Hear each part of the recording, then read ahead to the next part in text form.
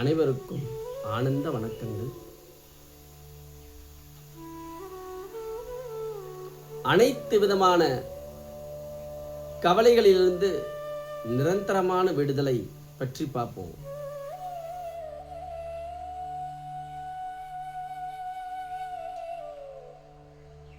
முதல் விஷயம், கவலை என்றால் என்ன? சற்று ஆழமாக புரிந்து கொள்ள வேண்டும். கவலைக்கான மூல காரணம் என்ன? கவலை என்பது நம்மால் ஏற்றுக்கொள்ள முடியாத எண்ணங்களோ செயல்களோ தான் கவலை என்று பெயர்.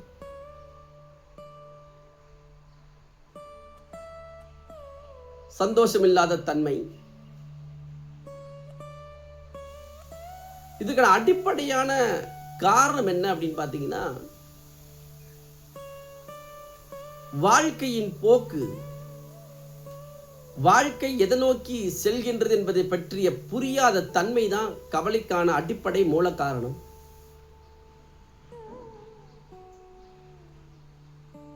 புரிஞ்சிக்க முடியல.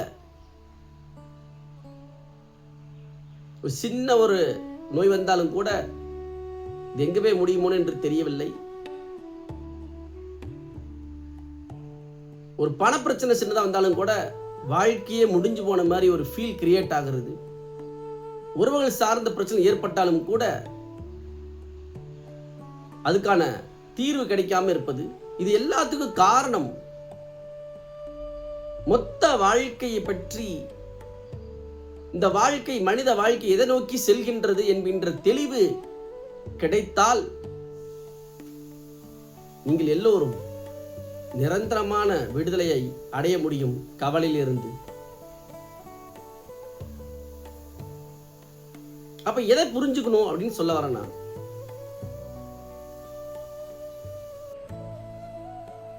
மனித பிறப்பின் ரகசியத்தை புரிந்து கொள்ள வேண்டும்.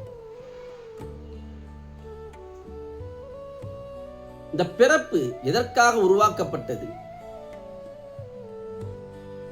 இந்த மனித பிறவி எதை நோக்கி செல்லும்? ஒரே விஷயம்தான், உங்களை படைத்த சக்தி, பிரபஞ்ச சக்தி, பிரபஞ்ச சக்தியின் மூலம், பிரபஞ்ச சக்தியின் இருப்பு ஒன்றே ஒன்றுதான், பேரானந்த உணர்வு. இந்த பேரானந்தத்திலிருந்து படைக்கப்பட்ட உங்களை எதை நோக்கி எடுத்து செல்லும்? நிச்சயமாக அதே பேரானந்தத்தை நோக்கி தான் எடுத்து செல்லும்.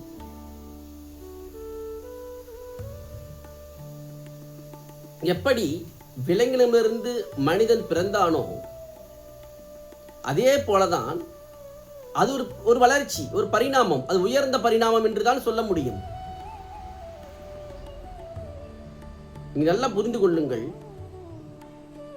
உங்க வாழ்க்கையிலேயே நீங்க ஒவ்வொரு விஷயத்தையும் அணுகி அதன் மூலியமாக புரிந்து கொள்வீர்கள். வாழ்க்கையில இதை செய்யக்கூடாது, இதை செய்யணும். பட்டறிவு என்று சொல்லலாம். அனுபவத்தின் தொகுப்பு. எல்லா மனிதனுக்குமே நடக்கக்கூடிய விஷயம். இதில் நான் என்ன சொல்ல வரேன் அப்படின்னா, இந்த மூலத்தை புரிந்து கொள்ளுங்கள். என்ன மூலம்? வாழ்க்கையில் சிந்திக்கின்ற எல்லா வகையான சிந்தனைகளும் செயல்களும் நிச்சயமாக கீழ்நிலை நோக்கி நகர்வதில்லை, மேல்நிலை நோக்கி தான் நகர்ந்து கொண்டிருக்கின்றது, நகர்த்தப்படுகின்றது. நீங்க அடுத்த பரிணாமமாகிய உள்ளுலக பரிபூரண ஆனந்தத்தை நோக்கிதான் நகர்ந்து கொண்டிருக்கின்றீர்கள். அதை நோக்கிதான் பிரபஞ்ச சக்தி எடுத்துச் செல்கின்றது. அதனாலதான் ஒரு மனிதனுக்கு சந்தோஷங்கிறது டிஃபால்ட்டா பிடிக்கும், நிம்மதிங்கிறது டிஃபால்ட்டா பிடிக்கும், ரிலாக்ஸுங்கிறது டிஃபால்ட்டா பிடிக்கும்.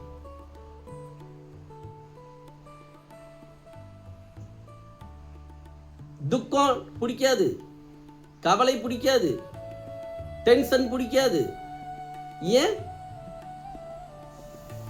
இருப்பே ஆனந்தமயமானது, இருப்பே சுகம், இருப்பே சந்தோஷம், சுதந்திரம். எப்படி இதை சொல்ல முடியுது?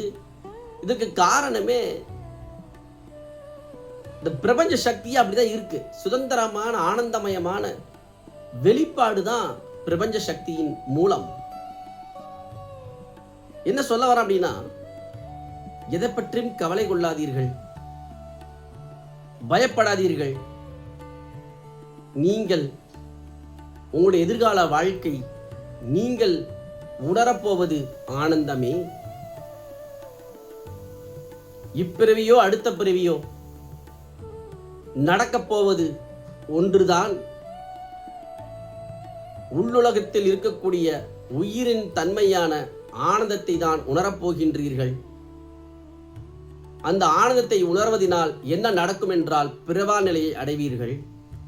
மனித பிறவின் அடுத்த பரிணாம வளர்ச்சி ஒன்றே ஒன்றுதான். அடுத்த சரீரம் எடுக்காமல் எங்கிருந்து வந்தோமோ அதை இருப்பை நோக்கியே நீங்கள் நிச்சயம் நகர்ந்தே தீர்வீர்கள். எல்லா ஆன்மாவும் நிச்சயமாக இப்பிறவியோ அடுத்த பிறவியோ எந்த பிறவிலாவது ஆனந்தத்தை உணர்ந்து உள்ளுலக சுகமே உள்ளுலக ஆனந்தமே பரிபூரணம் என்பதை உணர்ந்து பிறக்கும் எண்ணத்தை கைவிட்டு பிறக்க வேண்டிய அவசியம் இல்லை என்பதை உள்ளுளமாக புரிந்து கொண்டு அனுபவித்து பிரபஞ்சத்தோடு இணைந்து பரமாத்மாவோடு இணைந்து கரைந்து மறையும். இப்படிதான் பிரபஞ்ச சக்தி ஒவ்வொரு மனிதனுக்கும் ஜீவாத்மாவை தந்து வாழ வைத்து சுய சிந்தனையை தந்து புரி வைக்கின்றது.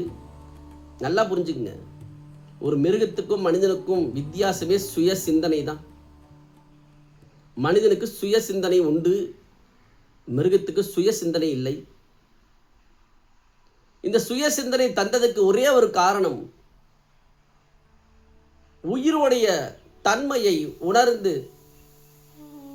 இந்த ஆனந்தத்தை மீண்டும் மீண்டும் உணர வேண்டும் என்று ஏன் சொல்றேன் அப்படின்னா, மனிதன் தொடர்ந்து எதிர்பார்க்கின்ற திருப்தி இதுலதான் கிடைக்குது. உள்ளுலகத்திலேயே உள்ளுக்குள்ளேயே இருக்கக்கூடிய ஆனந்தத்தை ஃபீல் பண்றதுனால திருப்தி கிடைக்க ஆரம்பிச்சிருது. திருப்தி கிடைச்சதுன்னா உங்க வாழ்க்கை நிறைவு பெறுகின்றது.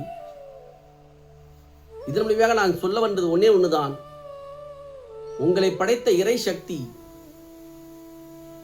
உங்கள் வாழ்க்கையை சரியாகத்தான் எடுத்துச் செல்கின்றது. கவலை கொள்ளாதீர்கள், பயப்படாதீர்கள், தைரியமாக வாழுங்கள், நம்பிக்கையோடு வாழுங்கள். எங்கோ நாம் வாழ்க்கை புரியாமல் நடந்து கொண்டிருக்கின்ற பயப்படாதீர்கள். உங்களுக்குள் இருக்கின்ற ஜீவாத்மா உங்கள் சரீரத்தையே படைத்திருக்கின்றது. மனிதனால் உருவாக்க முடியாத மிகப்பெரிய ஒரு விஷயம் இந்த மனித சரீரம்தான். இந்த மனித சரீரத்தை படைத்து உங்க பர்மிஷன் இல்லாமையே, உங்க சிந்தனை இல்லாமையே உள் உறுப்புகளை இயக்குகின்றது. உங்களையே இயக்கக்கூடிய சக்தி உங்கள் வாழ்க்கையும் சரியாக பார்த்து கொள்ளும். அதற்கான புத்திசாலித்தனம் உங்க ஜீவாத்மாவுக்கு உண்டு. உங்களை நீங்கள் நம்புங்கள்.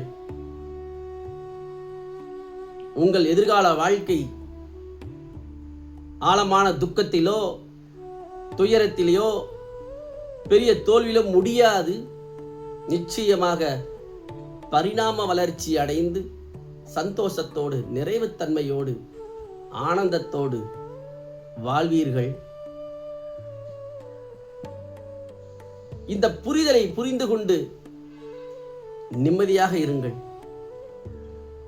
வாழ்க்கை பரிபூரணத்தை நோக்கிதான், பேரானந்தத்தை நோக்கிதான் நகர்ந்து கொண்டிருக்கின்றது என்பதை இதன் மூலமாக சொல்லிக் கொள்கின்றேன். ஆனந்தத்தை உணர்ந்து ஆனந்தமாக வாழுங்கள். அனைவருக்கும் ஆனந்த நன்றிகள்.